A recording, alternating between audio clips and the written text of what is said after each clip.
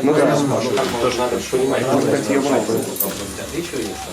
Иван, на пользу. В принципе, можно, наверное, за такой маленький.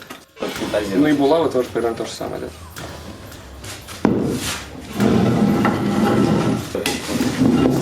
Ну, это вручную молот.